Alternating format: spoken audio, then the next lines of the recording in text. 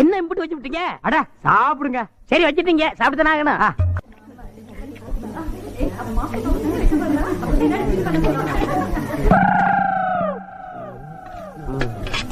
ஆத்தாடி என்ன இம்புட்டு வச்சு விட்டீங்க? சாப்பிடுப்பா, சாப்பிடு. சரி வச்சிட்டீங்க, சாப்பிடாட்ட கோச்சுக்கிறீங்க. எங்க இருந்தால காணோம்.